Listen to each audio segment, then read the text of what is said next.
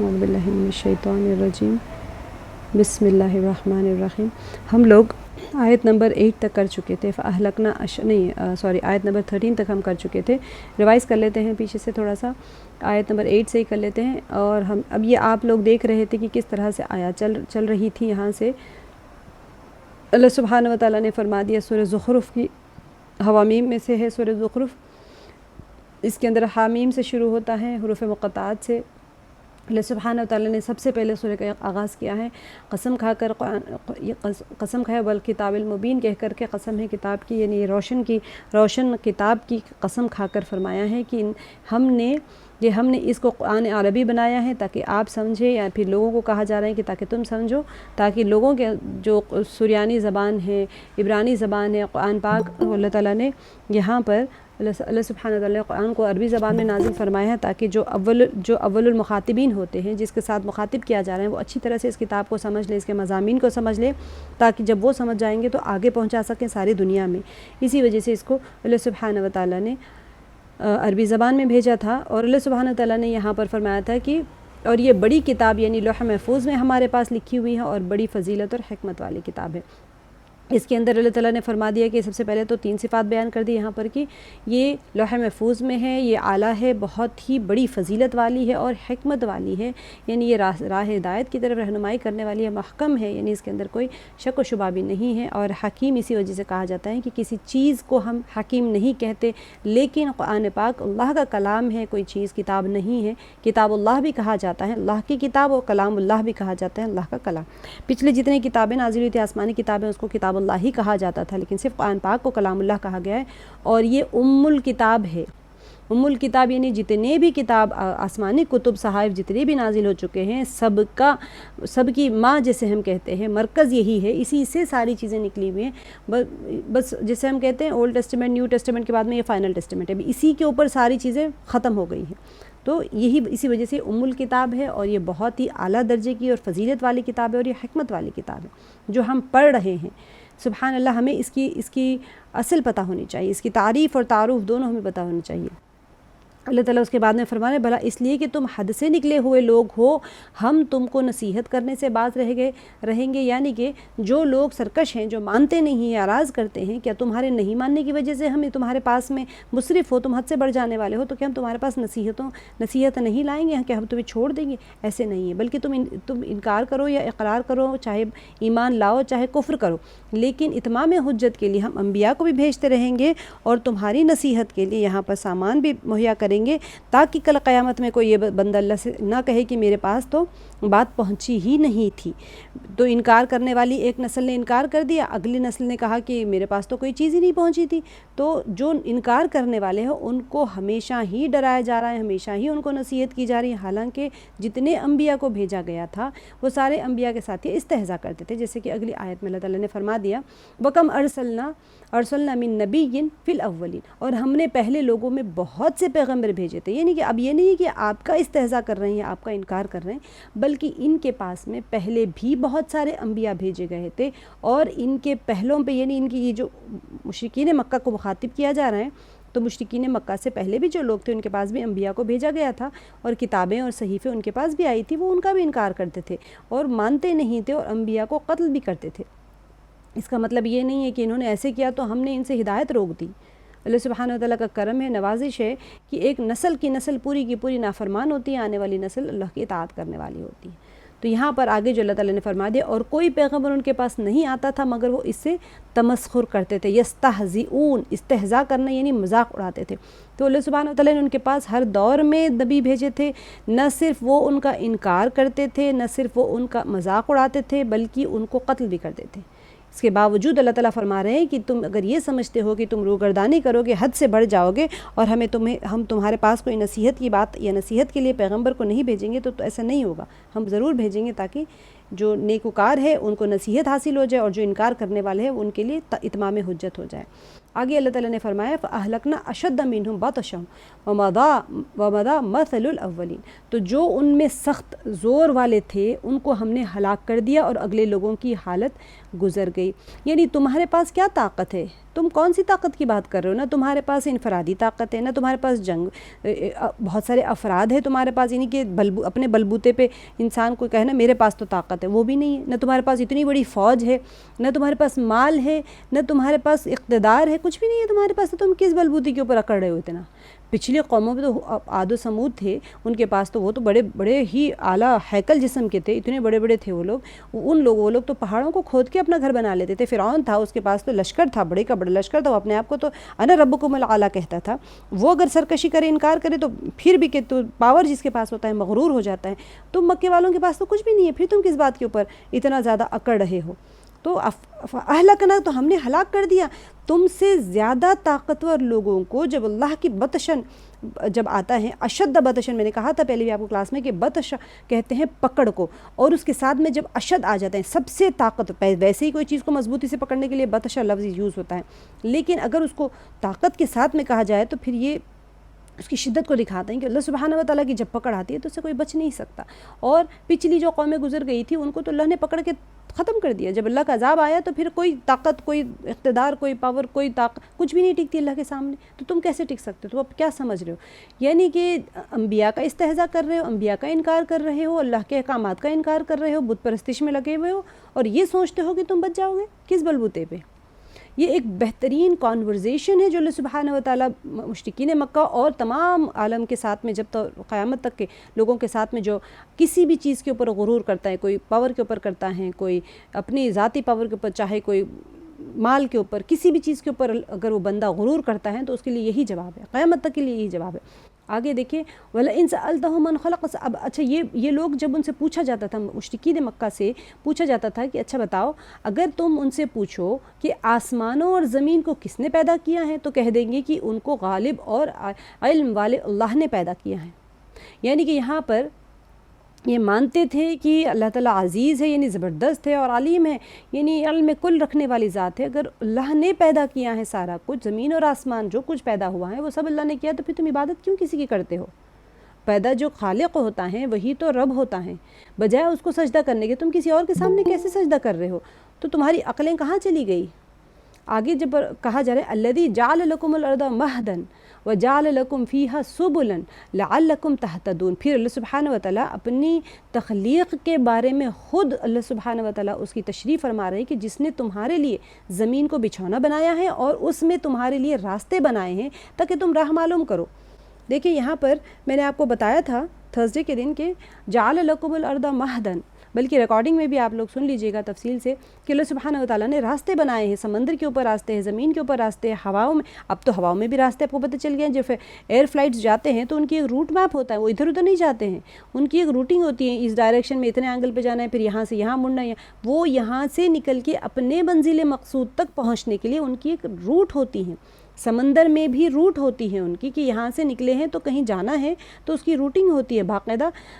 North south east west کے directions میں angles ہوتے ہیں، ان کے میپس ہوتے ہیں، اسی کے اوپر جاتے ہیں۔ زمین کے اوپر پہاڑ بنائے ہیں اللہ تعالیٰ نے، پہاڑوں کے درمیان میں اگر راستے نہیں بناتے اللہ تعالیٰ تو پھر دو پہاڑ روئے زمین کو ڈیوائیڈ کرنے کے لیے ذریعہ بن جاتے ہیں، آپ اس طرف سے اس طرف جا ہی نہیں سکتے تھے، تو ویلیز کے بیچ میں سے اللہ تعالیٰ نے روٹس بنا کے رکھے ہوئے۔ ایسے ہی سمندروں میں بھی راستے بنا کے رکھے ہوئے، اگر سمندر میں راستہ نہیں ہوتا تو پھر بندہ اس کارنر آف دا ارتھ سے دوسری کارنر پہ کیسے جاتا؟ سمندر ہی ایک ان کو کنیکٹنگ ہوتا ہے۔ آپ سب کو پتہ ہے کہ ہماری 3/4 of the earth is covered with water, سب کو پتہ ہے، اتنا سارا پانی تو ہے یہاں پر، کہیں کہیں تو زمین ہے۔ اب ایک جگہ سے دوسری جگہ جانے کے لیے یا تو آپ ایئر ٹریول کرنا چاہیے، یا تو آپ زمین کے اوپر سے جائیں گے، یا پھر آپ سمندر سے جائیں گے، تو کہیں نہ کہیں آپ کو راستوں کی ضرورت ہے۔ لعلکم تہتدون سے، تاکہ تم ہدایت پاؤ۔ یہاں پر تہتدون سے میں نے آپ کو بتایا تھا کہ ہدایت پانے کی دونوں چیزیں مفسرین نے فرمائے ہیں، یا تو روئے زمین کے اوپر چلنے پھرنے کے لیے تم راستے تلاش کر لو، اور دوسری چیز اس سے یہ تھی کہ انسان اللہ تعالیٰ تک پہنچنے کے لیے یہ تمام روئے زمین کے اوپر تخلیق کائنات کو اللہ تعالیٰ نے تخلیق کی ہیں، اس رب کی کبریائی کو اور ربوبیت کو مان کے ہم اللہ تعالیٰ تک پہنچنے کی معرفت حاصل کرنے کے ہدایت پالیں کہ جو رب یہ سب کچھ کر سکتا ہے اس کے اختیار میں کیا نہیں ہے۔ تو اللہ سبحانہ و تعالیٰ نے آگے فرمایا کہ اور دوسری چیز جو میں نے آپ کو بتایا تھا وہ یہ ہے کہ انسان اپنی منزل سے یہاں سے نکلتا ہے اپنی منزل مقصود تک پہنچتا ہے تو اس کو یہ رہنمائی ہو جائے کہ دنیا میں نے ہمیشہ نہیں رہنا ہے، میری منزل مقصود آخرت ہے، دنیا سے میں اس جہاں سے نکلا ہوں تو سفر طے کروں گا، دنیا کا سفر طے کر کے میں نے منتقل ہونا ہے اپنی منزل مقصود جو کہ مرنے کے بعد کی ابدی زندگی ہے، یہاں نہیں رہنا ہے کسی کو بھی۔ تو ہم سب ایک سفر میں ہیں، ہم مسافر ہیں، ہم سفر میں ہیں، تو ہم اپنی اوریجن سے نکلے ہیں، ڈیسٹینیشن تک پہنچنے کے درمیان کے سفر میں ہیں ہم لوگ۔ راستوں کے اوپر جب بندہ سفر کرتا ہے تو پھر وہ اپنے ساتھ اتنا ہی سامان رکھتا ہے جتنا کہ وہ ایزیلی کیری کر سکتا ہے۔ اب اتنا سارا بوجھا ڈھو کے تو نہیں نکلیں گے کہ بھئی کیسے جائیں گے یہاں سے وہاں تک، تو ہم صرف ضرورت کی چار پانچ جوڑے رکھ لیتے ہیں، تھوڑی سی کام کی چیزیں رکھتے ہیں۔ تو ہم بھی ایسے ہی مسافر ہیں دنیا میں، تو یہ دنیا ہمارے لیے کوئی رہنے کا ٹھکانہ نہیں ہے کہ یہیں پر ہم خوب جما لیں اور خوب ادھر ہی رہنے کی پلاننگ کر لیں، لمبی لمبی پلاننگ ہو رہی ہے کہ یہاں سے تو کہیں جانا ہی نہیں ہے، بلکہ اللہ سبحانہ و تعالیٰ بتا رہے ہیں کہ راستے میں سے سفر کر کے انسان لعلکم تہتدون، یعنی کہ تم ہدایت پالو، تم راستہ پالو اللہ تک پہنچنے کا اور معرفت حاصل کرنے کا، کہ یہ دنیا ایک سفر ہے، یہاں سے کہیں اور منتقل ہونا ہے۔ آگے اللہ تعالیٰ نے نعمتوں کا تذکرہ ہو رہا ہے کہ زمین کیسے بنائی، اللہ تعالیٰ نے تمہارے لیے مہد، زمین کو تمہارے لیے ایک بچھونا بنا دیا ہے،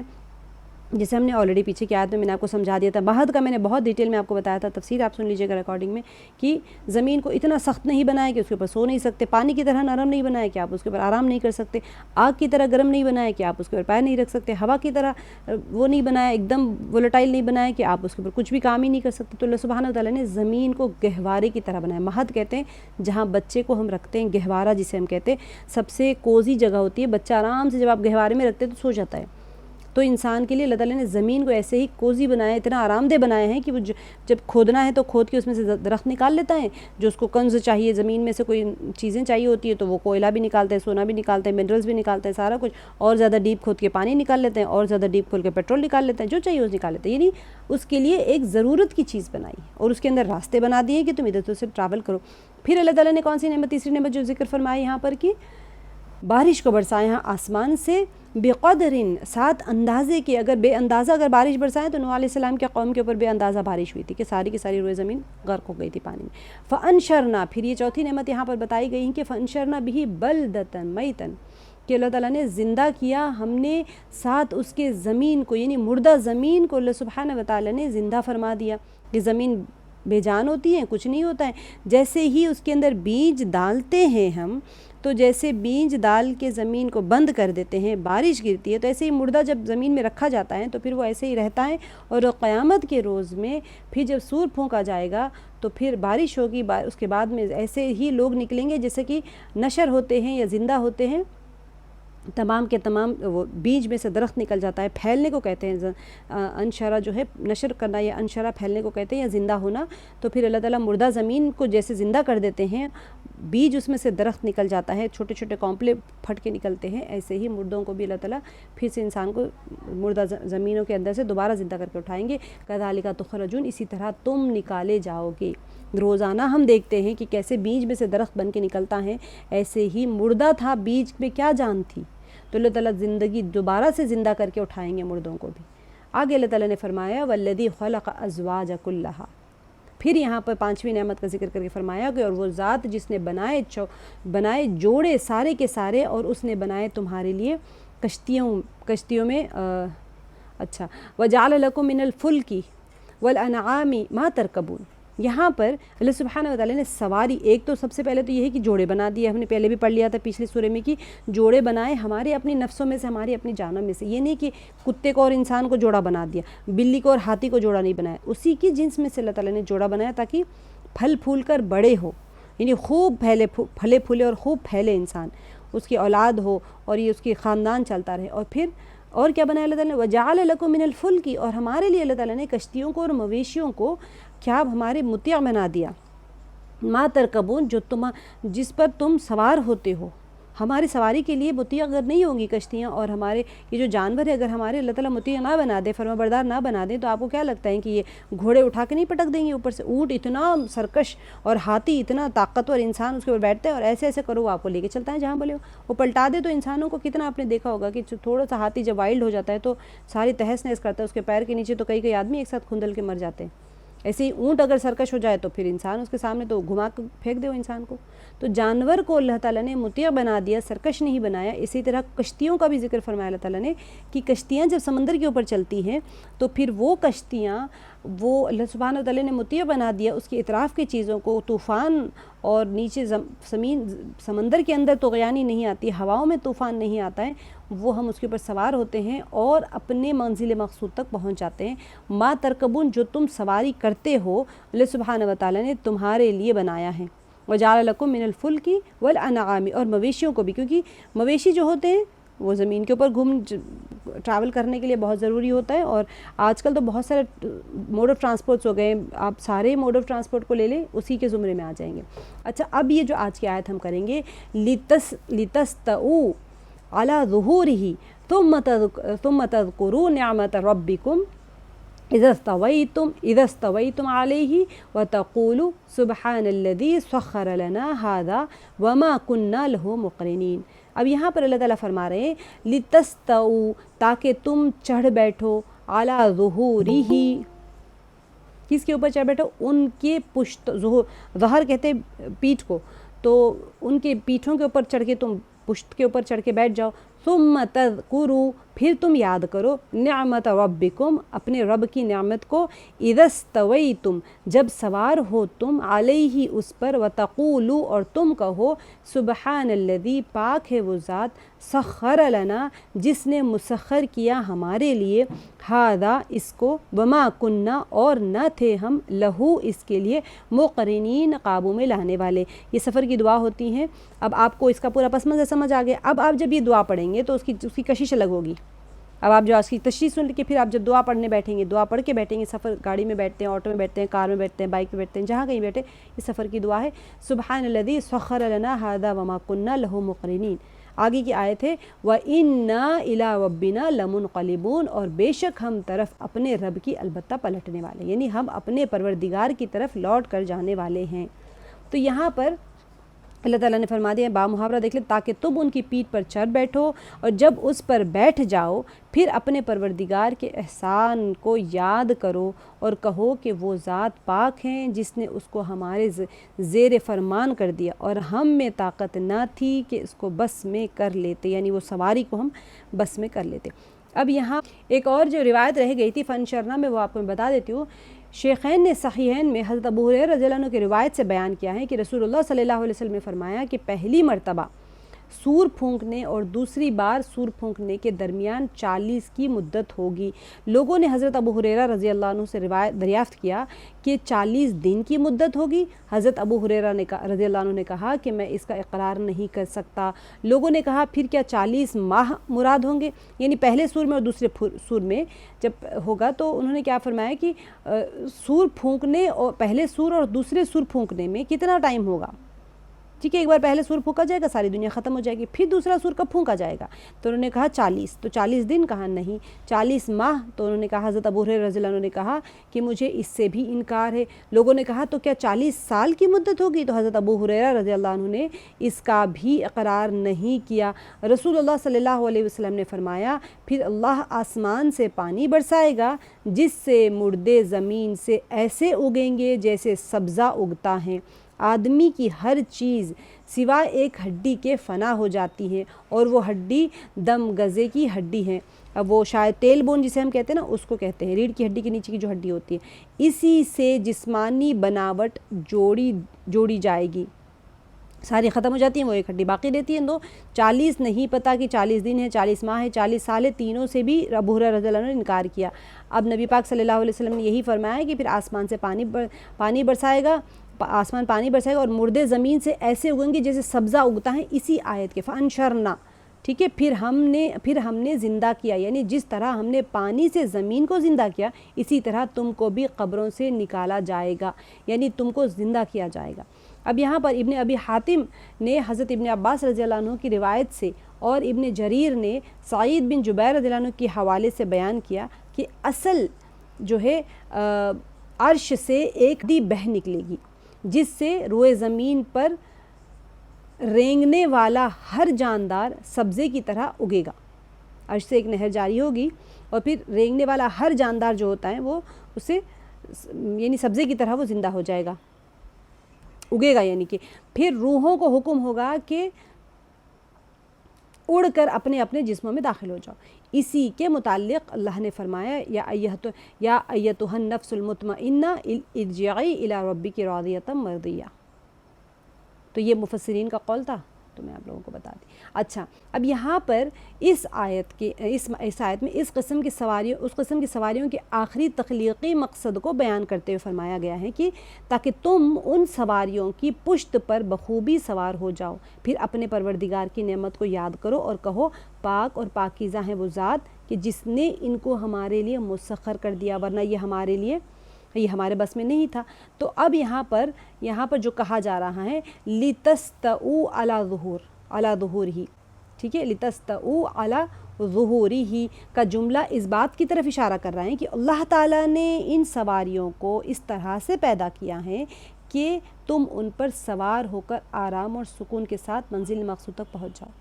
راستے میں بھی سرکشی نہیں، آپ کار میں جاتے ہیں، ایکسیڈنٹ نہ ہو جائے، ہم دعا پڑھ کے بیٹھتے ہیں، کہتے ہیں دعا پڑھ لو جلدی سے ایکسیڈنٹ نہ ہو جائے، تو اسی وجہ سے اس آیت میں ایک بری یعنی کہ زمین کے اوپر، بحری جو سی ٹرانسپورٹ ہوتا ہے، بری اور بحری سواریوں کی ایک اللہ سبحانہ و تعالیٰ نے جو تخلیق کی ہے اس کی دو بنیادی اللہ تعالیٰ نے مقاصد بیان کیے ہیں۔ ایک تو سوار ہوتے وقت میں اللہ تعالیٰ کی نعمتوں کی ایک انسان یاد کرے، اور دوسری بات کیا ہے کہ دوسری بات اللہ کی جو اللہ تعالیٰ نے جو انسان کے تابع فرمان کیا ہے اس کے لیے شکر ادا کریں۔ کشتیوں اور جتنے بحری جہاز ہوتے ہیں اس کی بحری جہازوں کو اس طرح سے بنایا گیا ہے کہ وہ سمندر کے سینوں کو، ہم نے پیچھے سورہ میں پڑھ لیا نا، سمندروں کے سینوں کو چیر کر منزل مقصود تک وہ کشتی چلی جاتی۔ اگر ہوا کو روک دے اللہ تعالیٰ تو سمندر کے پشت کے اوپر وہ جہاز ساکت رہ جائیں گے، اور ایسے ہی اگر طغیانی آ جائے تو پھر اس کو ختم کر دے اللہ تعالیٰ۔ تو اسی کے سلسلے میں یہاں پر بتایا جا رہا ہے کہ اور چوپایوں کو انسان کے تابع بنا دیا، ایسے ہی سمندر کے سینے کے اوپر چلا رہے ہیں کشتیوں کو، اور وہ اس طرح سے اس کی بناوٹ بنی ہوئی کہ اس کے اوپر چلے جا رہے ہیں وہ۔ سبحان اللہ، کتنی عجیب بات ہے نا، اتنی چھوٹی سی کشتی اور اتنے بڑا سمندر اس کے اوپر ایسے جا رہے ہیں جیسے کہ کار جا رہی ہوتی ہے روڈ کے اوپر، اور ہم اس کے اوپر سوار ہو رہے ہوتے ہیں۔ مقرنین اقران کے مادے سے اس کا معنی کیا ہے؟ یہاں پر جو آئے لہو مقرنین وسخر لنا ھذا وما كنا لہو مقرنین جو آیا ہے اقران کے مادے سے، جس کا معنی ہے کسی چیز پر قابو پانا اور قدرت حاصل کرنا، یعنی آپ کنٹرول کر لینا کسی چیز کو۔ بعض صاحبان لغت نے یہ بھی کہا ہے کہ اقران کا معنی کسی چیز کو ضبط کرنے کے ہے، ٹھیک ہے، اپنے آپ میں کنٹرول کر لینے کے ہے، کہ اس کی حفاظت کرنا ہے، جو دراصل کسی چیز کے قرین یعنی ساتھی ہونے کے معنی میں بیان کیا جاتا ہے۔ یعنی آپ کے پاس اب آپ جیسے یوزولی ہوتا ہے کنٹرول کرنے سے، ضبط کرنے سے کیا مراد ہو جاتا ہے کہ آپ کے ساتھ میں کوئی چیز ہے تو آپ نے اپنے اندر اس کو ضبط کر لیا ہے، تو سارے کا سارا وہ آپ کے ساتھ ہی ہے، کچھ بھی قرین ہم ساتھی کو کہتے ہیں۔ تو پھر اس کا مطلب کیا ہو گیا کہ آپ ہی سارا کچھ اس کو چلا رہے ہیں، ٹھیک ہے، اس چیز کی حفاظت اور اپنے قابو میں رکھنا ہوتا ہے۔ اب آپ اس کی حفاظت بھی آپ ہی کے ذمے ہے اور اس کو اپنے قابو میں رکھنا بھی آپ ہی کے ذمے ہے۔ تو یہاں پر وما کن لہو مقرنین کا مفہوم یہ ہوگا کہ اگر اللہ کا لطف و کرم نہ ہوتا تو ہم ان سواریوں کو قابو میں رکھنے کی طاقت نہیں رکھتے تھے۔ ظاہر سی بات ہے، کسی بھی بریک فیل ہو جاتا ہے، کبھی کبھی اسٹیئرنگ کا ویل لوز ہو جاتا ہے، پہیے لوز ہو جاتے ہیں، تو اللہ تعالیٰ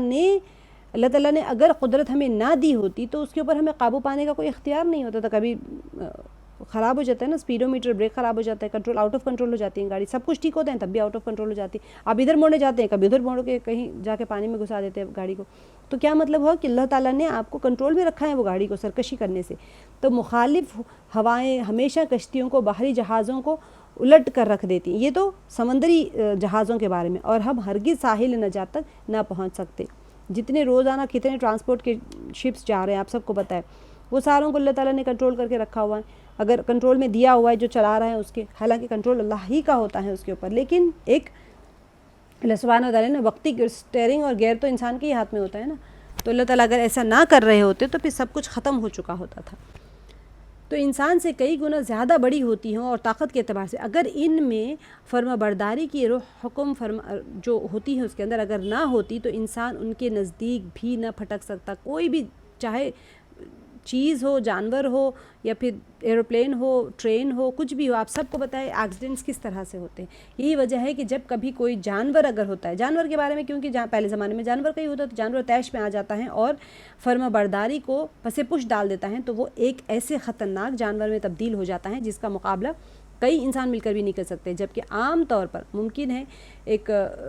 بہت سارے جانوروں کو ایک رسی میں باندھ کر ان کو مہار یعنی ایک انسان ہوتا ہے، ایک بچہ بھی پکڑ کے لے کے چل جاتا ہے، بہت سارے جانور ایسے سیدھے سب نیچے کر کے چل رہے ہوتے ہیں، لیکن اگر بھینس آپ دیکھتے ہوں گے، بھینس جاتے ہیں ایسے لکڑی سے ہانکتا ہوا لے کے جاتے ہیں سب نیچے اگر ایک بھینس تھوڑا سا روڈ کے اوپر وائلنٹ ہو جائے، لا کے آپ کی گاڑی کو بتا دے گی کہ میری کتنی طاقت ہے کر کے۔ اللہ سبحانہ تعالیٰ نے سب کو مطیع بنایا ہوا، سب کو فرمانبردار بنایا، وہ اپنے اپنے راہوں کے اوپر اپنا اپنا کام کر رہے ہوتے ہیں۔ اللہ تعالیٰ اسی وجہ سے ہم اللہ کا شکر ادا کریں، کیونکہ عموماً ہوتا یہ ہے کہ سامنے بہت ساری چیزیں آتی ہیں اور ہم اس کو غور نہیں کر رہے ہوتے، جیسے ہم نے پیچھے آیت میں پڑھ لیا کہ اللہ تعالیٰ نے زمین میں راستے بنائے، تو ہم اکثر اس چیز کے اوپر غور نہیں کر رہے ہوتے ہیں کہ کیا اس کے لیے اللہ تعالیٰ نے کتنا ہمارے لیے احسان کیا، ہم شکر ادا کرنا چاہیے اللہ تعالیٰ کا۔ ہم یوزولی سوچتے کہ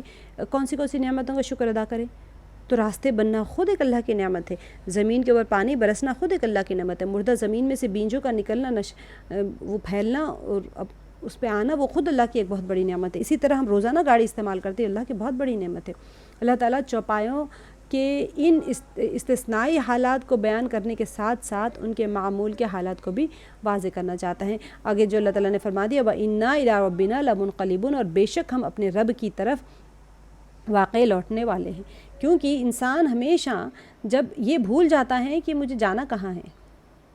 ایک روزانہ کی جو ہماری ٹریولنگ ہے اس سے ہمیں یہ یاد رکھنا چاہیے کہ ہم آج ایک یہاں سے شروع ہو رہے ہیں تو ہم کہیں ڈیسٹینیشن پہ جا رہے ہیں، تو ہم بھی دنیا میں آئے ہیں، تو یہ ہمارا پرماننٹ ٹھکانہ نہیں ہے، یہ ہمیں بھی اپنے ایک مقام پر پہنچنا ہے۔ تو اسی آیت کے آخری حصے میں سوار ہوتے وقت سچے مومنوں کی گفتگو کا ذکر ہے کہ اور اسی پر یہ آیت مکمل ہو جاتی ہے۔ وہ سواری پر سوار ہوتے وقت کہتے ہیں اور ہم ہر صورت میں اپنے پروردگار کی طرف لوٹ جانے والے ہیں، وَإِنَّا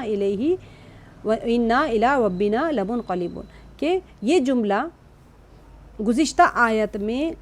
میں ایک توحید کے بارے میں گفتگو کے بعد ایک اللہ سبحانہ تعالیٰ نے مسئلے میعاد کی طرف اشارہ کیا۔ پیچھے سے چلے آ رہے نا ہمارے 3-4 آیات کے اندر جو ڈسکشن ہو رہا ہے کہ زمین بنایا، مہد بنایا، اس کے اندر راستے بنائے، پھر بارش کو برسایا، پھر مردہ زمین پھر مردوں کو زندہ کرے گے، تمہیں بھی ایسے ہی زندہ کریں گے، وہ سارا کچھ بیان کرنے کے بعد میں اللہ سبحانہ تعالیٰ فرما رہے ہیں کہ ایک مسئلہ میعاد کی طرف یہاں پر اشارہ کر کے کہ ہمیشہ خالق اور مبدا جو ہوتا ہے، جہاں سے ہم آئے ہیں وہیں پر ہم کو لوٹ کے جانا ہے، اسی کی طرف انسان کی توجہ ہونی چاہیے اور میعاد کی طرف متوجہ ہونا چاہیے ہمیشہ کہ میں مر کے اٹھایا جاؤں گا، میں اپنی منزل مقصود تک پہنچ رہا ہوں دنیا میں، جیسے ہم اپنے ڈیسٹینیشنز تک پہنچ رہے ہیں۔ اس بات کی طرف بھی اشارہ ہے کہ تم ان سواریوں پر سوار ہوتے وقت اور ان پر قابو پانے کے بعد میں مغرور اور دنیاوی چکا چوند میں مگن مت ہو جاؤ۔ اور یوزولی کیا ہوتا ہے، بی ایم ڈبلیو میں سے اترتا ہے بندہ، رولز رائس میں سے اترتا ہے، تو پھر کیا کرتا ہے وہ؟ پھر یہی سوچتا ہے کہ میری گاڑی ہے، میں کتنا بڑا ہوں، میں کتنا پیسے والا ہوں، مجھ سے بڑا کون ہے، میرے جیسا کون ہے، میری جیسی گاڑی کس کے پاس ہے۔ مرسیڈیز بینز میں سے کوئی اترتا ہے، دیکھیں کیسے اترتا ہے، وہ عاجز بن کے تھوڑی اترتا ہے کہ اللہ آپ نے مجھے دی، اس کے شولڈر ایسے ہو جاتے ہیں، نظریں ایسی کھڑی ہو جاتی ہیں، بات میں لہجے میں تناؤ آ جاتا ہے۔ تو یہی بات اللہ سبحانہ و تعالیٰ یہاں پر اشارہ فرما رہے ہیں کہ جب بندہ اپنی سواری کے اوپر سوار ہو کے یہ دعا کرتا ہے کہ یا اللہ وَإِنَّا إِلَىٰ رَبِّنَا لَمُنْقَلِبُونَ، کہ بے شک ہم اپنے رب کی طرف واقع لوٹنے والے ہیں، تو وہ کبر جو ہوتا ہے، وہ غرور جو ہوتا ہے، اس کا وہ ختم ہو جاتا ہے۔ تمہیں ہر حالت میں آخرت کی فکر کرنی چاہیے، کیونکہ ایسے مواقع پر خاص طور پر انسان مغرور اور متکبر ہو جاتا ہے جب اس کے پاس بہت سارے فراوانی ہوتی ہے، پیسوں کی ہو، چاہے مال کی ہو، چاہے عزت کی۔ آپ سوچیں کہ انسان گاڑی میں سے اتر رہا ہے، سب لوگ ڈھک ڈھک ڈھک ڈھک سلام کر رہے ہیں اس کو، تو خود اس کو سینہ اکڑ کے چوڑا ہو جاتا ہے۔ کیوں؟ کیونکہ وہ سوچتا ہے کہ میں نے کمائی ہے عزت، میرا اپنا قابلیت کے حساب سے مجھے ملی ہے۔ وہ اس وقت تھوڑی اللہ کو یاد کرتے ہیں کہ اللہ نے مجھے عزت دی، آج کوئی بندہ آ کے میرے منہ پہ تھوک دے تو میں ذلیل ہو جاؤں سب کے سامنے، تو وہ نہیں سوچتا اس وقت میں۔ تو یہ اسی وجہ سے سواری کی جو دعا پڑھتے ہیں، تو ہم اپنے ایک سفر میں ہیں، غرور اور تکبر سے ہمیں کچھ ملنے کا نہیں ہے، ہم مر جائیں گے تو اللہ کے پاس جانا ہے لوٹ کے۔ اور اپنی سواریوں کو فوقیت اور تکبر کا ذریعہ قرار دینے والے افراد دنیا میں بھرے ہوئے ہیں۔ صحیح، پھر اصل سب سے بڑا مقصد روزانہ ٹریول کرتے وقت میں اگر انسان یہ یاد کرتا رہے کہ میں دنیا سے جانے والا ہوں، مجھے بھی اپنے ڈیسٹینیشن پہنچنا ہے، تو پھر اس کا کہاں کوئی خواہشات رہتی ہیں، کہاں وہ گناہ میں پڑے گا۔ سوچیے اگر کر بھی لے گناہ تو فوراً توبہ کرتا رہے گا، اچھا، ابو داؤد، ترمذی اور نسائی میں اور بغوی نے لکھا ہے کہ حضرت علی رضی اللہ عنہ جب اپنا قدم رکاب پر رکھتے تھے، اب آپ وہ گھوڑے سوار ہوتے تھے، ہم کار، بائک، سائیکل پہ سوار ہوتے ہیں، جہاں کہیں بھی آٹو میں جاتے ہیں تو وہ کیا کرتے تھے؟ بسم اللہ کہا، بسم اللہ کہتے تھے، پھر جب ٹھیک ہو کر بیٹھ گئے تو انہوں نے الحمدللہ کہا، پھر فرمایا سبحان اللہ سبحان الذی سخر لنا ھذا وما كنا له مقرنین وانا الی ربنا لمنقلبون۔ اس کے بعد میں 3 بار الحمدللہ الحمدللہ الحمدللہ اور 3 بار اللہ اکبر اللہ اکبر اللہ اکبر کہا، پھر کہا لا الہ الا، یہ نہیں پڑھتے ہیں یوزولی، الحمدللہ پڑھتے، اللہ اکبر پڑھتے، پھر یہ دعا نہیں پڑھتے، آپ لوگ سب اس کی عادت ڈالیں، لا الہ الا انت ظلمت نفسی فاغفر لی ذنوبی فانہ لا یغفر الذنوب الا انت۔ اس کے بعد میں آپ علی رضی اللہ عنہ مسکرائے، تو عرض کیا گیا کہ امیر المومنین آپ کس وجہ سے مسکرائے؟ تو فرمایا میں نے بھی نبی پاک صلی اللہ علیہ وسلم سے یہی پوچھا تھا۔ جب آپ صلی اللہ علیہ وسلم مسکرائے تو آپ نے فرمایا کہ بندہ جب لا الہ الا اللہ ظلمت نفسی فاغفر لی انہ لا یغفر الذنوب الا ہوا کہتا ہے تو اللہ اس کے اس فعل کو پسند کرتے ہیں۔ اس موقع پر حضور صلی اللہ علیہ وسلم مسکرائے تھے تو حضرت علی رضی اللہ عنہ بھی مسکرائے۔ آگے کی جو آیت ہے، مطلب یہ ہے کہ آپ دعا پڑھیں، پھر پڑھنے کے بعد میں وہ بھی ضرور پڑھ لیں۔ آگے کی جو آیت ہے وَجَعَلُوا لَهُ مِنْ عِبَادِهِ جُزْءًا، اب یہاں سے ایک ان کی جو احمقانہ ان کی جو تدبیر ہوتی تھی کہ فرشتوں کو اللہ کی بیٹیاں بناتے تھے، تو اس کی بحث چل رہی ہیں آگے 3-4 آیت 5 آیت تک وہی چلتا رہے گا کہ کس طرح سے جو مشرکین مکہ تھے انہوں نے کیا کیا تھا، فرشتوں کو اللہ کی بیٹیاں مان لی تھی۔ تو اللہ تعالیٰ اسی کے ان کے ساتھ میں فرما رہے ہیں وَجَعَلُوا، اور انہوں نے بنا دیا، لہو اللہ کے لیے، من عبادہ اس کے بندوں، جزءاً ایک جز یعنی حصہ، ان الانسان بے شک انسان لکفور مبین البتہ ناشکرا ہے کھلم کھلا۔ دیکھیں، اور انہوں نے اس کے بندوں میں سے اس کے لیے اولاد مقرر کی، بے شک انسان صریح ناشکرا ہے۔ اچھا، یہاں پر ان کی ایک اعتقادی غلطی کے بارے میں ذکر کیا جا رہا ہے کہ پیچھے آیت میں کائنات میں اللہ سبحانہ وتعالیٰ عالم، یعنی اللہ سبحانہ وتعالیٰ کی جتنی نشانیاں ہیں، ٹھیک ہے، ان کی نشانیوں اور اس کی نعمتوں اور کرم نوازیوں کا شمار کیا گیا تھا۔ اب یہاں پر عقیدہ توحید کی بنیادوں کو مستحکم کیا جا رہا ہے۔ پیچھے تو ہم نے دیکھ لیا کہ اللہ تعالیٰ کی نعمتیں کتنی تھی، ہمیں کیسے ان نعمتوں کے ساتھ میں اللہ کا شکر ادا کرنا چاہیے۔ اب عقیدہ بھی تو ہونا چاہیے نا، بندہ شکر تو ادا کر رہا ہے بے شک، لیکن آپ کا عقیدہ ہی غلط ہے، تو عقیدہ توحید اگر نہیں ہے تو پھر کیسے؟ تو عقیدہ توحید کی بنیاد جو ہوتی ہے اللہ تعالیٰ اس کو مستحکم کر رہے ہیں۔ تو اس کے بعد میں اللہ تعالیٰ کیا فرما رہے ہیں کہ شرک اور غیر اللہ کی پرستش کے خلاف اللہ سبحانہ وتعالیٰ یہاں سے ایک پوری کی پوری کانورزیشن شروع ہو رہی ہے، اور سب سے پہلے شرک کی ایک قسم یعنی فرشتوں کی پوجا پاٹ کا ذکر کرتے ہوئے فرمایا گیا ہے کہ انہوں نے اللہ کے لیے اس کے بندوں میں سے ایک جز قرار دیا ہے، یعنی کہ فرشتوں کو اللہ کی بیٹیاں اور اپنا معبود سمجھنا ایک ایسی خرافات تھی جو بہت سے بت پرستوں میں رائج تھی، اس زمانے کے بت پرستش۔ آپ سوچیں، ہم ابراہیم علیہ السلام کو بھی واقعہ پڑھتے آ رہے ہیں، ابراہیم علیہ السلام کے زمانے میں بھی وہ لوگ بت بناتے تھے اور بتوں کی عبادت کرتے تھے، مشرکین مکہ میں بھی وہ لوگ بت بناتے ہیں، بتوں کی عبادت کرتے ہیں، اور کنیکشن کیسے دیتے ہیں کہ وہ اللہ تعالیٰ کی بیٹیاں اور اپنا معبود سمجھتے ہیں، ایک ایسی ان کی خرافات تھی، ٹھیک ہے۔ اب جزءاً کے ذریعے یہ بتایا جانا مقصود ہے کہ وہ فرشتوں کو اللہ کی اولاد سمجھتے تھے، کیونکہ ہمیشہ اولاد اپنے ماں باپ کا ایک پارٹ ہوتی ہے نا۔ جز جو ہوتا ہے اس کا وجود کیسے ہوتا ہے، وجود کا جو اصل کیا جز ہوتا ہے نا، ماں باپ کی ہی پارٹ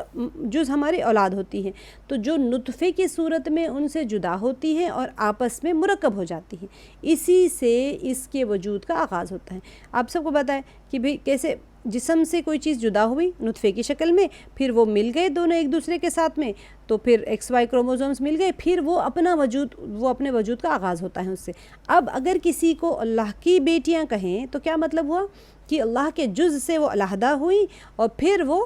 وجود میں آ گئی، تو پھر کیا ہو جائے گا، جز کا اصل سے کنیکشن ہو جائے گا نا۔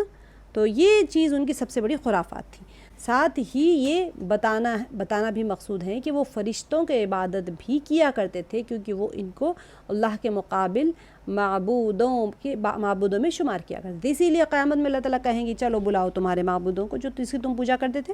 جس کو تم پکارتے تھے۔ اس وقت وہ کہیں گے کہ ہائے ہمارے سامنے تو کوئی ہے ہی نہیں، سب غائب ہو گئے، کیونکہ کوئی تھا ہی نہیں۔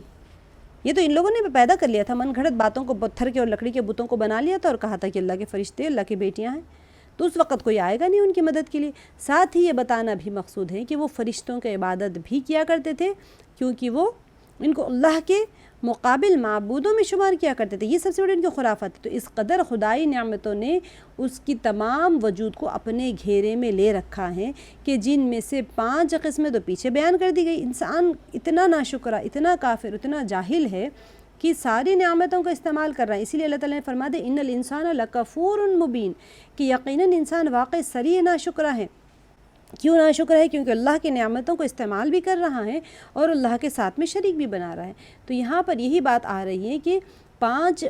قسمیں گزشتہ آیات میں ہم نے دیکھ لی ہیں۔ وہ ایسی حالت میں اسے تو یہ چاہیے تھا کہ اپنی پیشانی اپنے خالق اور والی کے سامنے جھکاتا رہے، اور اللہ تعالیٰ کی جو نعمتیں ہیں اس کے سامنے یعنی اپنا سر شکر کی وجہ سے جھکاتا رہے، لیکن اس نے کفر اور انکار کی راہ اختیار کرتے ہوئے کیا کیا؟ اس کی مخلوق کے دامن کو جا پکڑا۔ آیت نمبر 16 میں ہے ام اتخذ مما یخلق بنات واصفاکم بالبنین، کیا کہا؟ ام یا اتخذ، اس نے انتخاب کر لے، مما، اس میں سے جو، یخلق، وہ پیدا کرتا ہے، بناتن، بیٹیاں، واسفاکم، اور چن لیا تم کو، بالبنین، 7 بیٹوں کے۔ اب دیکھیں کیا اس نے اپنی مخلوقات میں سے خود تو بیٹیاں لیں اور تم کو چن کر بیٹے دیے؟ یہاں پر دلیل پیش کر رہے ہیں۔ کیا کیا تھا انہوں نے کیا کیا تھا کہ اللہ سبحانہ وتعالیٰ کے لیے تو انہوں نے بیٹیاں تجویز کر لی، کیونکہ وہ فرشتے بیٹیاں کہتے تھے، بیٹیاں مانتے تھے وہ، اور خود کے لیے بیٹوں کو پسند کرتے تھے۔ آگے کی آیت میں بھی آپ دیکھیں گے اتنے بہترین انداز میں اللہ تعالیٰ ان کا جواب دے رہے ہیں کہ بلکہ اصولی طور پر وہ لڑکیوں کو اپنے لیے ایک عار سمجھتے تھے، ایک تنگ سمجھتے تھے اپنے لیے، اور کیا کرتے تھے؟ جیسے کہ اللہ تعالیٰ فرما رہے کہ خدا نے اپنی تمام مخلوقات میں سے بیٹیوں کو اپنے لیے اور بیٹوں کو تمہارے لیے منتخب کر دیا۔ تمہارے خیال میں بیٹی کا مرتبہ تو پست ہے، تو پھر کیوں کر تم اپنے آپ کو اللہ پر ترجیح دیتے ہو؟ اس کے حصے میں بیٹیاں اور اپنے حصے میں بیٹے کس لیے قرار دیتے ہو؟ یہ اللہ تعالیٰ سوال یہاں پر انہی سے پوچھ رہے ہیں۔ اچھا چلو ٹھیک ہے، اللہ تعالیٰ تمہارا خالق ہے، تو تم اپنے خالق کے لیے بدتر چیز کو، یعنی کمتر چیز کو، اور اپنے لیے اعلیٰ چیز کو ترجیح دیتے ہو۔ تمہارے لیے اللہ تعالیٰ نے اپنے لیے بیٹیاں چن لی اور تمہارے لیے بیٹے تو منتخب کر دیے۔ ان کی بے وقوفی اور کم عقلی کے لیے ان سے سوال کر رہے ہیں اللہ سبحانہ و تعالیٰ۔ آگے سوال کرنے سے مراد یہ نہیں ہوتا کہ اللہ تعالیٰ ان کو سوال کر رہے ہیں، بلکہ ان کو بتانا چاہ رہے ہیں وَإِذَا بُشِّرَ أَحَدُهُمْ، حالانکہ جب خوشخبری دی جاتی ہے، وَإِذَا، اور حالانکہ جب، بُشِّرَ، خوشخبری دی جاتی ہے، أَحَدُهُمْ، ان میں سے کسی ایک کو، بما، ساتھ اس کے جو، ضرب للرحمن، اس نے بیان کیا رحمان کے لیے، مثلاً، مثال، ظل، ہو جاتا ہے، وجہہ،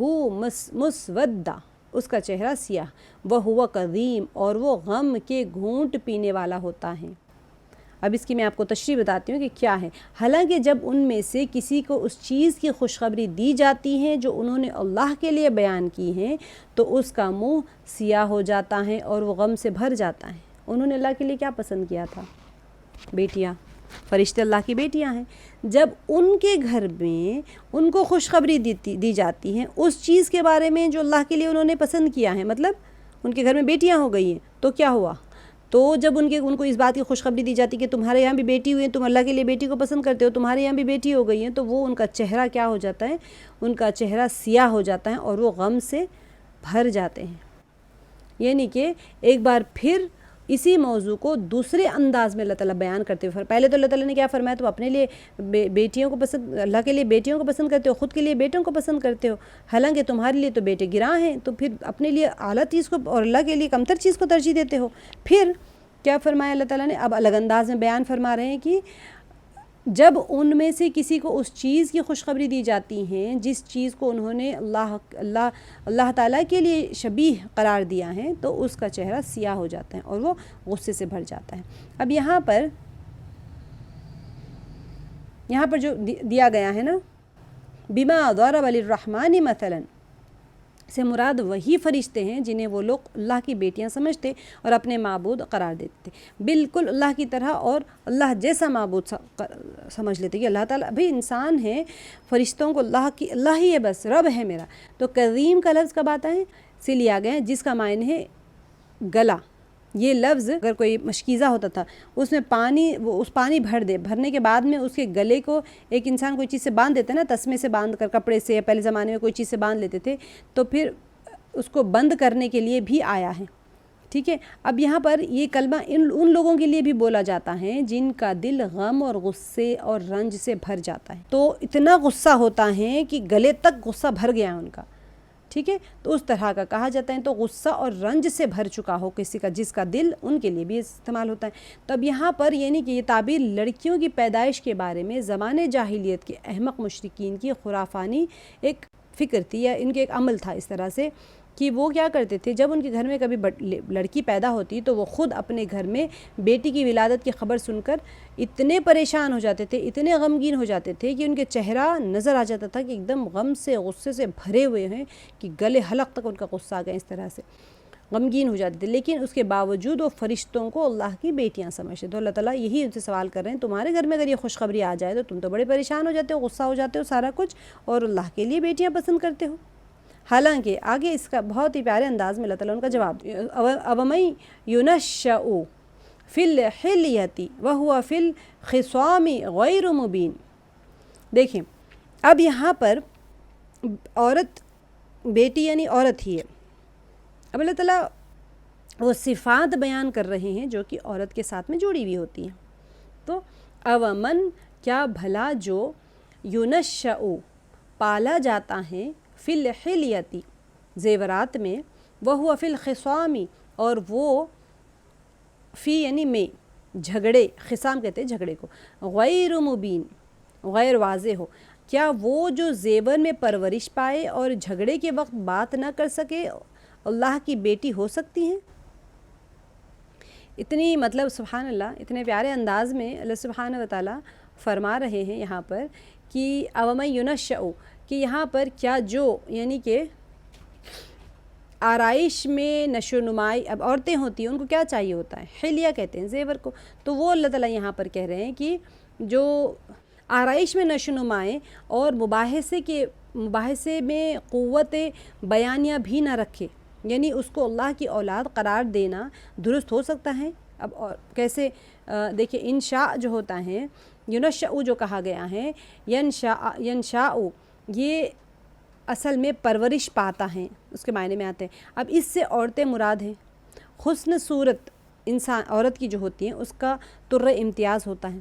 عورت بڑی حسین ہوتی ہے، وہ اس کی کسی کو خوبصورتی ہو تو وہی سب سے بڑا اس کا امتیازی طرہ ہوتا ہے، تو اسی لیے عورت زیور کی ضرورت مند ہے تاکہ اس کے جو حسن ظاہری ہے اس میں اضافہ ہو جائے، اپنے آپ کو مزین کرتی ہیں اچھے کپڑوں سے، زیورات سے۔ تو اور مردوں کا امتیاز کیا ہے؟ امتیاز اوصاف باطنہ اور کمالات ذاتی پر موقوف ہوتا ہے۔ مرد ہوتا ہے وہ زیورات تھوڑی پہنتا ہے، وہ تو اس کے اندر ایک مردانگی ہوتی ہے، کمالات ہوتے ہیں، اس کے ذاتی کمالات ہوتے ہیں اس کے اوپر، اور یہ زیور سے حاصل نہیں ہوتا، اس لیے مردوں کو زیور کی ضرورت نہیں ہوتی۔ تو آیت میں اصل میں ایک یہ بات بیان کی جا رہی ہے کہ ظاہری انسان ظاہری ٹپ ٹاپ زیور سے آراستگی کرتا ہے تو وہ مردوں کے لیے ایک عیب سمجھا جاتا ہے، لیکن اس سے کیا ہوگا، اس سے مرد پرہیز رکھتے ہیں اور لباس تقویٰ سے آراستہ ہونا چاہیے مردوں کو۔ تو اب عورت کے لیے کیوں کہا گیا ہے؟ کیونکہ اب اللہ سبحانہ وتعالیٰ فرما رہے ہیں کہ جو عورت خوبصورتی کی اپنے آپ کو مزین کرنا چاہتی ہے، اگر وہ بات کرنا چاہے، اس کی کمزوری کہہ لے یا اس کی وہ کہہ لے، تو وہ اس چیز میں ہمیشہ اپنے آپ کو بزی رکھتی ہے۔ اور خصام کے مرد جو ہوتا ہے، مرد تو اپنی ذاتی صفات، اپنی دلیری، اپنی بہادری، اپنے تقوی کے اوپر ہی اپنے آپ کو مزین کرتا ہے، وہ اس کا زیور ہوتا ہے۔ اصل تو زیور یہی ہونا چاہیے کسی کا بھی، تو کمزور حسن سنوارتے تھوڑی بیٹھے گا کوئی انسان. اگر کوئی ذمہ داریاں ہوں گی، اگر تم چلو مان بھی لیتے ہو فرشتوں کو اللہ کی بیٹیاں مان بھی لیتے ہو، وہ اتنے اس کے اندر تو خود بذات خود کمزوری ہے. تو اب دیکھیں خصام مقابلہ چاہے زبان سے ہو یا اسلحہ سے، عورت بہرحال دونوں میں کمزور ہے. اس کی سمجھ ناقص، بدنی طاقت کمزور اور دل ضعیف ہے. مطلب یہ 100% کو نہیں کہہ سکتے، چلے استثنائی طور پہ کچھ عورتیں ہوتی ہیں بڑی دلیر ہوتی ہیں، طاقتور ہوتی ہیں اور ان کا دل بھی مضبوط ہوتا ہے، سارا کچھ ہوتا ہے، لیکن 95% یہی خصلت ہوتی ہے، نازک مزاج، خوبصورتی، اپنے آپ کو مزین کرنے میں زیور کا استعمال کرتی ہیں. اگر کہیں بحث مباحثہ ہونا ہو تو وہ اپنی مباحثے میں اپنی بات بھی صحیح طریقے سے نہیں رکھ سکتی. اسی بات کو بتایا جا رہا ہے کہ قتادہ نے کہا ہے کہ عورت جب اپنے مدعا کو ثابت کرنے کے لیے کوئی دلیل بیان کرتی ہیں تو اکثر ایسا ہوتا ہے کہ وہ دلیل اس کے مدعا کے خلاف پڑتی ہے. یعنی کہ وہ اپنی کوئی علمی بحث ہو رہی ہیں یا کچھ اس طرح سے اپنے آپ کو ثابت کرنا چاہتی ہے، تو وہ اس وقت اس کے اندر اتنی صلاحیت بھی نہیں ہوتی کہ وہ اپنے آپ کو پروف کر سکے.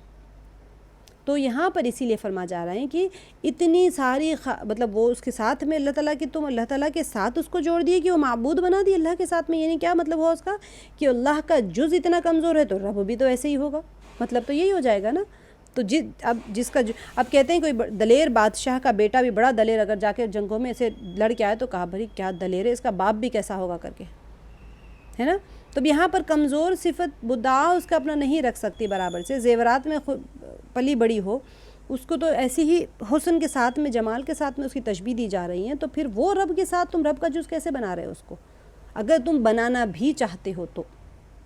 یہاں پر اللہ نے اپنی مخلوق میں سے لڑکیوں کو اپنی اولاد بنایا ہے جو ان لوگوں کے لیے قابل نفرت ہے اور جن کی پیدائش کی خبر سن کر ان کے چہرے کالے پڑ جاتے ہیں، اور جو زیور اور سجاوٹ میں پرورش پاتی ہیں، جن کے دل کمزور ہوتے ہیں اور بدنی طاقت بھی کمزور ہوتی ہیں، سمجھ بوجھ ناقص ہوتی ہے، اس کو اللہ کی بیٹیاں مانتے ہو تم لوگ. یہ یہاں پر اللہ سبحانہ و تعالیٰ ان سے سوال کر رہے ہیں کہ کامن عقل مند انسان بھی یہ کہے گا کہ ایسے کیسے ہو سکتا ہے. آگے کی جو آیت ہے آیت نمبر 19 میں وَجَعَلُوا، اور انہوں نے بنا لیے الملائکۃ فرشتوں کو، الذین ہم عباد الرحمن اناثا، ان کو وہ جو الذین ان کو، ہم وہ جو، عباد الرحمانی بندے ہیں رحمان کے، اناثن عورتیں یا بیٹیاں، اشہدو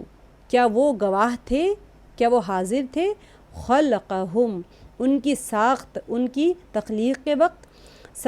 ستکتب ضرور لکھی جائے گی، شہادتہم ان کی گواہی، ویسألون اور وہ پوچھے جائیں گے. یہ اب یہاں سے جو ہے ان کا ایک لاجیکل جواب دیا جا رہا ہے. پیچھے تو ان کو ایک عقل کے حساب سے پوچھا گیا کہ اچھا بتاؤ یہ دو ساری چیزیں پوچھنے کے بعد میں یہاں پر اب اللہ سبحانہ و تعالیٰ ان سے ایک منطقی سوال کر رہے ہیں کہ اور انہوں نے فرشتوں کو کہ وہ بھی اللہ کے بندے ہیں، اللہ کی بیٹیاں مقرر کیے، کیا یہ ان کی پیدائش کے وقت میں حاضر تھے؟ ان قریب ان کی شہادت لکھ لی جائے گی اور ان سے باز پرس کی جائے گی. یہاں پر نقلی دلیل بھی پوچھی جا رہی ہیں اور لاجیکل بھی پوچھا جا رہا ہے. اگر آپ کسی کے بارے میں کہو کہ یہ بندہ ایسا ہے تو آپ اس کی پیدائش کے وقت میں وہاں پر کھڑے ہوئے تھے، جسے اب ہم نے پیچھے بھی پڑھ لیا تھا، میرے خیال میں سورہ زمر میں پڑھا تھا. تو یہاں پر بھی یہی بات آ رہی ہے کہ اور فرشتوں کو، اور انہوں نے فرشتوں کو جو اللہ کے بندے ہیں عورتیں قرار دے رکھا ہے. یعنی مشرکوں نے نازیبا اور صاف ہی اللہ کے لیے ثابت نہیں کیے، نازیبا اور صاف اللہ کے لیے ثابت نہیں کیا، بلکہ اور اس سے بڑا گناہ کیا کیا، اللہ کو صرف صاحب اولاد ہی نہیں قرار دیا ہے اور محض اللہ ہی کی توہین نہیں کی، بلکہ فرشتوں کی بھی تحقیر کی. وہ فرشتے جو اللہ کے برگزیدہ بندے اور مقرب بارگاہ خداوند عالی ہیں اور ان کا قرب ناقابل بیان ہے، وہ کتنا اللہ کی عبادت میں لگے ہوئے ہیں، نہ صرف اللہ کی توہین کر رہے ہیں بلکہ وہ فرشتوں کی بھی وہ توہین کر رہے ہیں، ان کو عورتیں قرار دے کر رکھا ہوا ہے. اشہدوا خلقہم جو کہا گیا ہے کہ کیا یہ فرشتوں کی پیدائش کے وقت میں موجود تھے اور دیکھ رہے تھے کہ فرشتوں کو اللہ نے عورتیں بنایا ہے. یہ اللہ تعالیٰ یہاں سے ان سے سوال کر رہے ہیں، ایک منطقی سوال کر رہے ہیں کہ ستکتبو. اب یہاں اللہ تعالیٰ ستکتبو شہادتہم ویسألون. اب یہاں پر یعنی یہ مشرک جو ملائکہ کو اللہ کی بیٹیاں کہتے ہیں اور اس کی شہادت دیتے ہیں ان کے یہ شہادت لکھ لی جاتی ہیں، قیامت کے دن بطور زجر ان سے اس بات کی باز پرس کی جائے گی، سزا دی جائے گی ان کو۔ ایسے نہیں کہ کچھ کہہ لو اور یہاں سے تم کو آزادی مل گئی اور پھر کوئی تمہارا پوچھ نہیں ہوگا، تم نے نہ صرف اللہ کے ساتھ میں گستاخی کی ہے بلکہ اللہ کے برگزیدہ فرشتے جو ہے ان کی شان میں بھی تم لوگوں نے گستاخی کی ہے، یہ کہہ کے وقالو، اور وہ کہتے ہیں لو شاء الرحمن ما عبدناہم، اور وہ کہتے ہیں اگر چاہتا رحمان ما نہ عبدناہم ہم عبادت کرتے ان کی، ما لہم بذالک من علم، نہیں ان کے لیے ساتھ، ما لہم نہیں، لہم ان کے لیے، بذالک ساتھ اس کے، من علم کوئی علم، ان ہم الا یخرصون، اب یہاں پر نہیں وہ مگر اندازے لگا رہے ہیں۔ یہ پوری کی پوری کانورزیشن کس ریلیشن میں چل رہی ہے کہ فرشتوں کو انہوں نے اللہ کی بیٹیاں بنا لیا۔ یہی ایک جگہ ہے جہاں پر اتنا زیادہ ڈیٹیل میں آیا ہے اس کے جوابات، کیونکہ یہاں پر توحید کو مستحکم کیا جا رہا ہے، عقیدہ توحید کو یہاں پر اللہ تعالیٰ مضبوط کر رہے ہیں کہ، اور کہتے ہیں کہ اگر اللہ تعالیٰ چاہتا تو ہم ان کو نہ پوجتے، ان کو اس کا کچھ علم نہیں، یہ تو صرف اٹکلیں دوڑا رہے ہیں۔ اچھا، اب یہاں پر اللہ سبحانہ و تعالیٰ ان سے انہی کی بات کو یہاں پر اللہ تعالیٰ پروف کر رہے ہیں کہ اچھا، یہاں پر میں نے آپ کو ایک فرقہ جبریہ کے بارے میں بتایا تھا کہ وہ زبردستی یہ کہتے ہیں کہ ہم مجبور محض ہے، ہمارے اختیار میں کچھ نہیں ہے، اللہ تعالیٰ چاہتے تو ہم یہ نہ کرتے، اگر چوری کر رہا ہے کہہ رہے اس میں اللہ کی مرضی ہے، اللہ تعالیٰ چاہتے تو میں اللہ تعالیٰ نہ چاہتے تو میں چوری تھوڑی کرتا، اللہ چاہتے ہیں تو یہ میں چوری کر رہا ہوں۔ اللہ سبحانہ و تعالیٰ نے ہر شے کو تخلیق فرمائی ہے، لیکن اللہ کی رضا اس میں نہیں ہے کہ بندہ اس کو اختیار کرے۔ ہمارے لیے اختیارات دیے گئے ہیں کہ ہم مجبور محض نہیں ہیں، ہمیں اختیار دیا گیا ہے کہ تم یہ عمل کرو گے تو تمہارے لیے جنت ہے، تم یہ عمل کرو گے تو تمہارے لیے جہنم ہے۔ اب میں نے جیسے آپ کو بتایا تھا مثال کے طور پہ، اگر آپ بنگلور کی ٹرین میں بیٹھ جائیں اور دلی جانے کا توقع کریں گے تو نہیں پہنچ سکتے، کیونکہ آپ نے اپنے قدموں سے چل کے بنگلور کی ٹرین میں بیٹھے ہیں آپ لوگ، تو بنگلور کی ٹرین سے اترنا پڑے گا، اسٹیشن سے دوسری ٹرین پکڑ کے دلی جانا پڑے گا، تو گناہ کے راستے کے اوپر اختیار کریں گے، گناہ کا راستہ تو آپ جہنم میں جائیں گے۔ تو اس کا مطلب یہ نہیں کہ اللہ نے چاہا تو آپ گناہ کے راستے پہ، تو قدم آپ کو اختیار اللہ نے دیا ہے، چل کے آپ گئے ہیں اس راستے پہ، پلٹ کے آپ ہی آئیں۔ اگر اللہ تعالیٰ نے یہ اختیار نہیں دیا ہوتا تو پھر جزا و سزا کا مطلب ہی کوئی نہیں ہوتا۔ انسان کو اللہ تعالیٰ نے اگر زبردستی کروانا ہوتا سارے گناہ اور سارے نیکیاں، اور گناہ کر کر کے انسان کو زبردستی جہنم میں پھینکنا تو نہیں ہے اللہ کا مقصد، اور نیکیاں کر کر کے کسی کو جنت میں بھیجنا تو نہیں ہے۔ اللہ تعالیٰ نے اسی لیے اختیارات دیے ہیں، خلقت ساری اللہ کے، اللہ نے ساری چیزوں کی تخلیق کی ہے اور پھر انسان کو اختیار دیا ہوا ہے، تو جو چاہے وہ کرے، اس راستے کو اختیار کرے گا تو یہ یہاں پہنچے گا منزل مقصود، اور یہ راستے کو اختیار کرے گا تو یہاں پہنچے گا۔ اسی کی طرف یہاں پر اشارہ کیا جا رہا ہے۔ وہ لوگ کیا کہتے تھے کہ اللہ تعالیٰ اگر چاہتے، اور انہوں نے کہا کہ اگر رحمان چاہتا تو ہم ان کی عبادت نہ کرتے،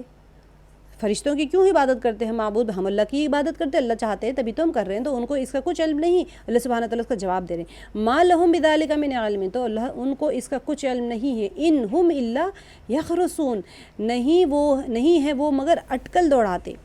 کہ وہ ایسے ہی ہوا میں تکی کی باتیں کر رہے ہیں، ان کو اس کا علم نہیں ہے۔ ام آتیناہم کتابن، یا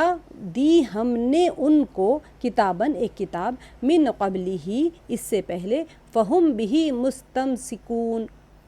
تو وہ اس کو پکڑ رہے ہیں۔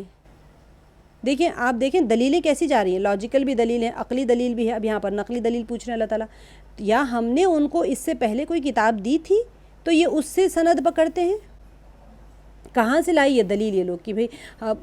یعنی کہ ہم عبادت کرتے ہیں، فرشتوں کو بیٹیاں بنائے، کسی کتاب میں لکھا ہوا ہے، کسی نبی نے سکھایا، کوئی صحیفے میں لکھا ہوا ہے؟ تو یہ آیت میں ایک اور دلیل کی طرف اشارہ کیا گیا ہے کہ ممکن ہے وہ اس کے ذریعے استدلال کرے۔ چنانچہ ارشاد فرمایا کہ یا یہ کہ ہم نے اس کتاب سے پہلے انہیں کتاب دی ہے اور وہ اس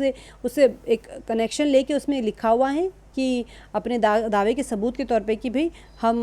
فرشتوں کی عبادت کا اس میں حکم دے رہے ہیں اور فرشتے اللہ کی بیٹیاں کہہ رہے ہیں، اللہ کا جز ہے، تو لاؤ، چلو ٹھیک ہے، بتاؤ اگر تمہارے پاس کوئی اس طرح کی کوئی کتاب ہو تو لا کے بتاؤ۔ تو آگے جو آیت میں اللہ تعالیٰ فرما رہے ہیں کہ بل قالوا انا وجدنا آباءنا علی امۃ وانا علی آثارہم مہتدون۔ اب ان کے پاس تو کوئی دلیل ہے نہیں۔ آپ کو پتہ ہے ساری صورتوں میں آپ دیکھتے آ رہے ہیں کہ جب بھی ان سے کچھ کہا جاتا ہے لاؤ چلو دلیل، تو کہتے ہیں ہم ان کے پاس جب دلیل نہیں ہوتی تو کہتے ہیں ہم نے اپنے آباء و اجداد کو اسی پہ پایا ہے بس۔ ابراہیم علیہ السلام میں بھی آپ نے یہی دیکھا ہے کہ جب ابراہیم علیہ السلام نے کہا ہے کہ اچھا تمہارے پاس کوئی چیز ہو، دلیل ہو، سند ہو تو لا کے بتاؤ، جب اللہ نے پوچھا تو انہوں نے کہا کہ نہیں ہم تو اپنے آباء و اجداد کے دین کو فالو کر رہے ہیں۔ تو یہاں پر بھی وہی کہا جا رہا ہے، بلکہ قالو انہوں نے کہا انا وجدنا، بے شک ہم نے، وجدنا پایا ہم نے، آباءنا اپنے آباء و اجداد کو، علی امتن ایک طریقے پر،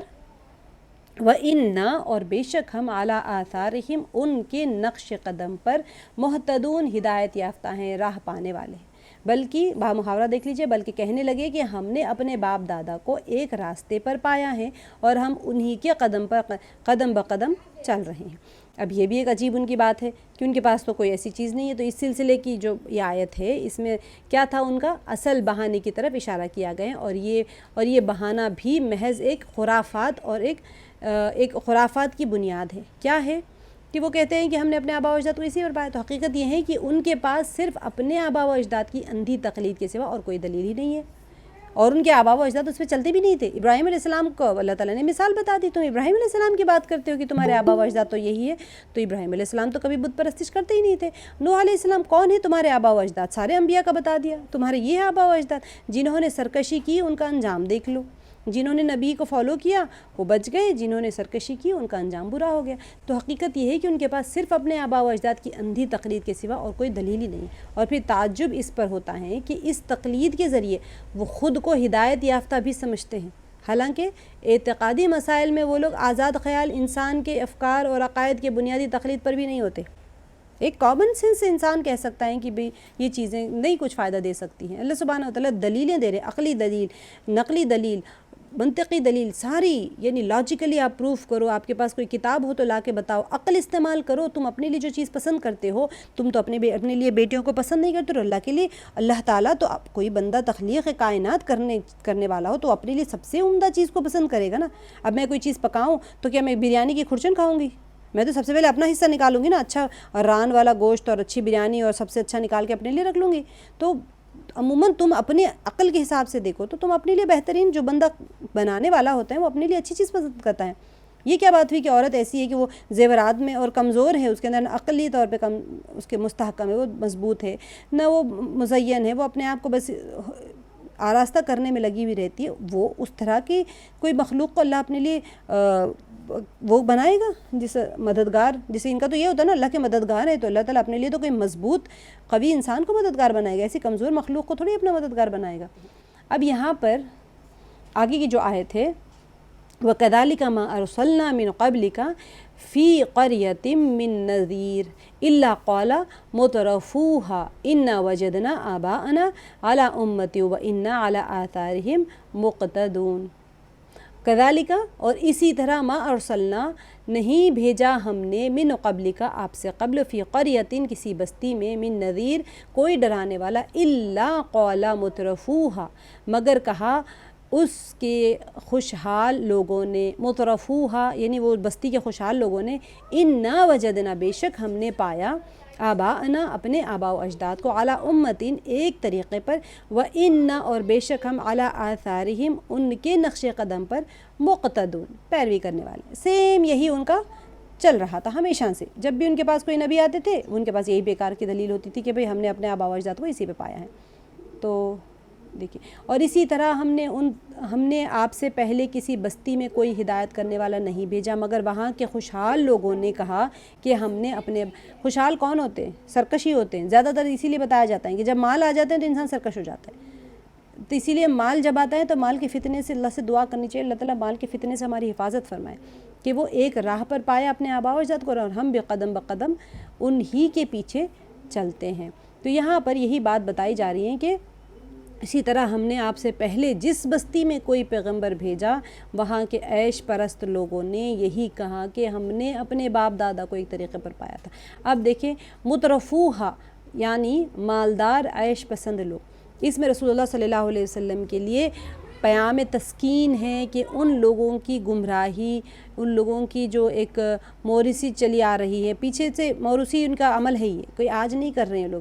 کہ ان کے اسلاف کو بھی اپنے مذہب کا کوئی عقلی نقلی علم نہ تھا، وہ بھی یہی کہتے تھے کہ وہ جو یہ لوگ کہہ رہے ہیں، حالانکہ ان کے آباء و اجداد میں جب نبی آتے تھے دین سکھاتے تھے تو ان کے آباء و اجداد کوئی نہ کوئی نبی ہی ہیں،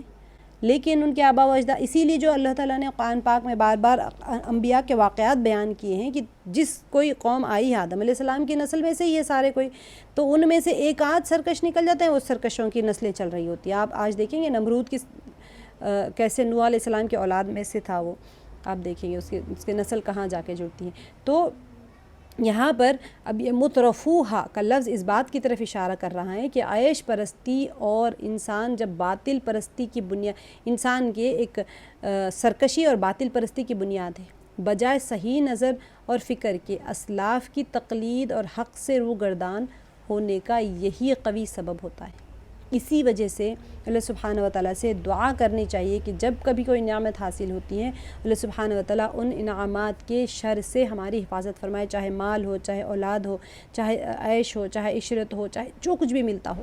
اللہ سبحانہ و تعالیٰ سے ہمیشہ دعا کرنی چاہیے کہ اللہ اس سے ہمیں خیر عطا کیجیے اور اس کے شر سے ہماری محافظت کیجیے۔ اسی لیے آپ دیکھتے ہیں جب کسی شہر میں داخل ہوتے ہیں تو ہم دعا کرتے ہیں اللہ اس شہر کے شر سے ہماری محافظت کریے اور اس کے خیر ہمیں عطا کیجیے۔ جب آپ چاند دیکھتے ہیں، نیا چاند دیکھتے ہیں، تو آپ جب بھی چاند پہ آپ کی نظر پڑتی ہے تو آپ کو دعا کرنی چاہیے اللہ اس چاند کے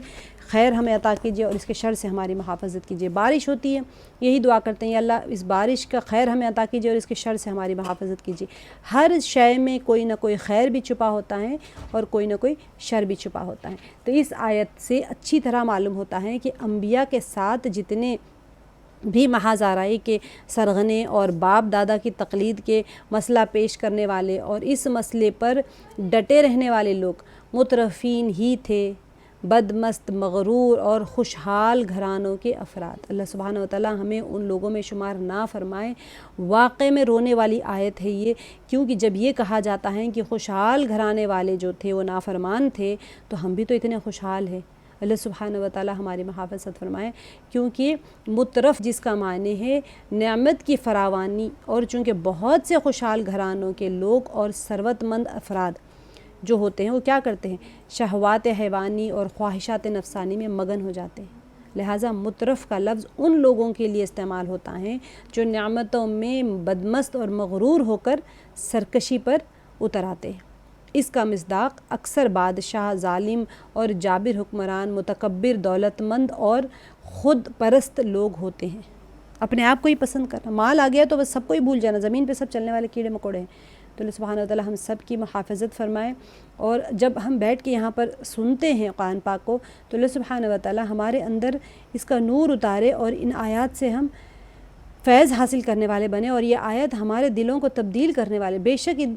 قرآن پاک جو ہوتے ہیں شفا ہوتی ہیں، دلوں کی شفا ہوتی ہے اس میں۔ جب بیٹھ کے سنتا ہے انسان، ہم روزانہ کی زندگی میں رہتے تو ہمیں نہیں اس کا ریئلائزیشن ہوتا ہے کہ ہم کہاں چلے گئے، اور اگر ہم عیش و عشرت میں رہنے والے مالدار لوگ ہیں تو ہمارے بارے میں کیا آ رہا ہے نا قرآن پاک میں، تو کیا یہ راستہ کس طرف لے کے جا رہے ہیں ہمیں۔ تو جب ہم بار بار سنیں گے قرآن پاک کو تو ہمیں خود ریئلائزیشن ہوتا ہے کہ اس طرح کے ہمیں نہیں ہونا چاہیے۔ تو ہم فوراً دعا بھی کرتے ہیں اللہ تعالیٰ سے کہ اللہ ہمیں ان میں شمار نہ کیجیے۔ اب جب ہم قرآن پاک سے دور ہوں گے تو پھر ہمیں پتہ ہی کوئی نہیں چلتا۔